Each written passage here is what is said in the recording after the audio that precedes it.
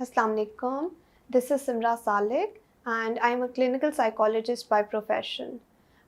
आज जो मेरे से सवाल पूछा गया, शायद उसका जवाब मेरे लिए देना बहुत आसान इसलिए था क्योंकि पिछले कुछ अरसे में, पिछले 1 आध महीने में जितने क्लाइंट्स क्लिनिक पे मेरे पास आ रहे थे, उसमें से मेजॉरिटी ऐसी थी जो कि एक ऐसी कैफ़ियत, ऐसी कंडीशन से गुज़र रही थी या उनकी फैमिलीज़ ऐसी कंडीशन से थीं जो वो एक्सप्लोर नहीं कर पा रहे, जिसको वो जान नहीं पा रहे। और जैसे हम कभी कोई हमें डॉक्टर या कोई हमें मुआलिज किसी किस्म का मशवरा देता है और कहता है कि आपको ये है, तो आपको तसल्ली नहीं होती ना, आप फिर जाते हैं and you want to consult another person for a second opinion. बिल्कुल इसी तरह जितने भी लोग आए वो सब वो थे जो कि एक्सप्लोर करना चाह रहे थे कि क्या कोई चीज़ है, क्या कोई मसला है या हमें लगता है या हमें किसी ने कहा है, बच्चे की खाला ने कहा है, फैमिली में कोई डॉक्टर हैं उन्होंने इंडिकेट किया है या हम जब किसी चाइल्ड स्पेशलिस्ट के गए या जब हमने बच्चे का एडमिशन कराना चाहा तो स्कूल ने इंडिकेट किया। और ये क्या है कंडीशन?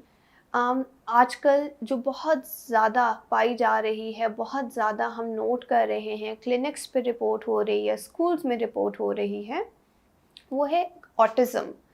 ऑटिज़्म एक ऐसी कैफ़ियत है, एक ऐसा स्पेक्ट्रम है, ऐसा सिंड्रोम है जो कि एक composition of different symptoms, different states है जो हर वक़्त, हर age and stage of life पे चेंज होता रहता है। जिसकी वजह से probably parents, families, schools, even doctors उसको पकड़ नहीं पाते।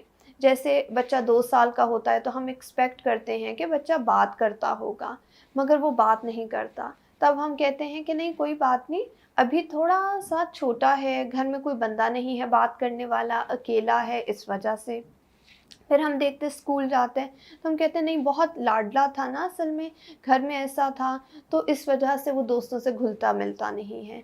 फिर जब थोड़ा-सा और बड़ा होता है तो हम देखते हैं कि स्कूल में पढ़ाई में प्रॉब्लम आ रहा है या पढ़ाई में बहुत अच्छा है मगर किसी और डोमेन में, जैसे कि किताबें बहुत ज़्यादा पढ़ेगा, कोई गेम बहुत ज़्यादा खेलेगा, अगर कोई चीज़ खाना चाहता है तो वो चीज़ सुबह, दोपहर, शाम खा सकेगा।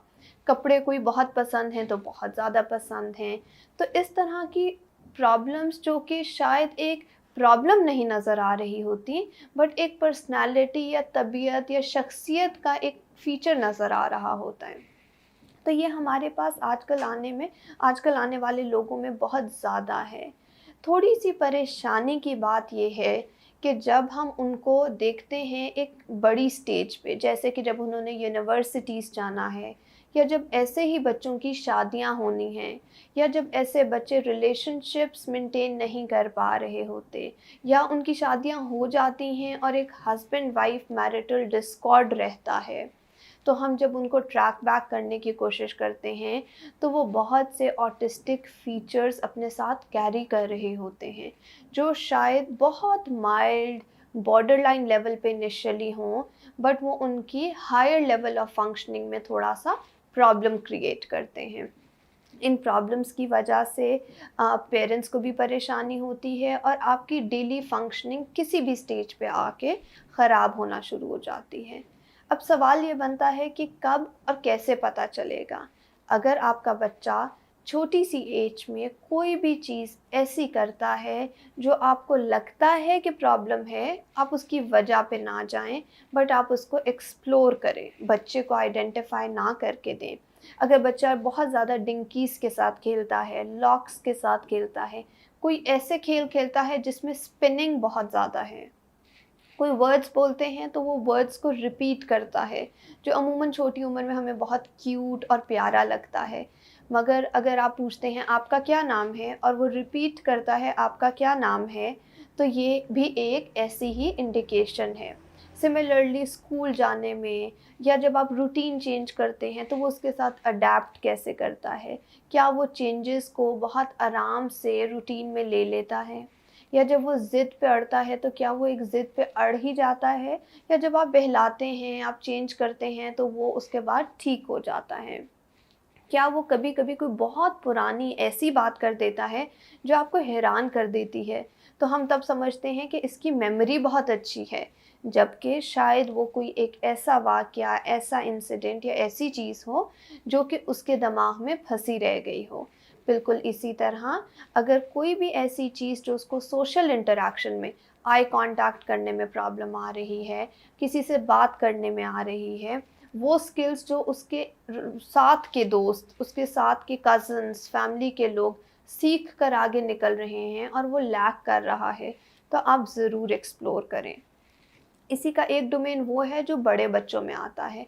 अगर बड़े बच्चे जो कि अमूमन 15-16 साल से लेके 20-22 साल तक के इंडिविजुअल्स हैं, जो कि बच्चे नहीं रहे, मगर वो रिलेशनशिप्स में बहुत अनस्टेबल हैं, वो अगर किसी किस्म की डिप्रेशन की, एंग्ज़ायटी की कैफ़ियत का कहते हैं, अगर उनका रोज़मर्रा का मिलना-जुलना बहुत अवॉइडेंट है, तो उन लोगों को भी बिल्कुल इसी तरह एक्सप्लोर किया जा सकता है।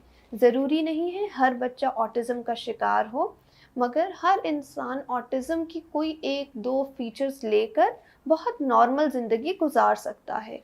बट आपको अगर मालूम हो, तो आप उसको बेहतर हेल्प कर सकते हैं।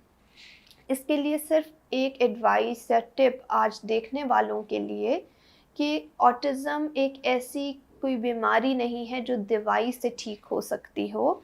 इसके लिए इट्स सिंपली लाइक कि उनको एक डिफरेंट ऑपरेशनल सिस्टम चाहिए होता है अपने उन प्रॉब्लम्स के साथ ऑपरेट करने में।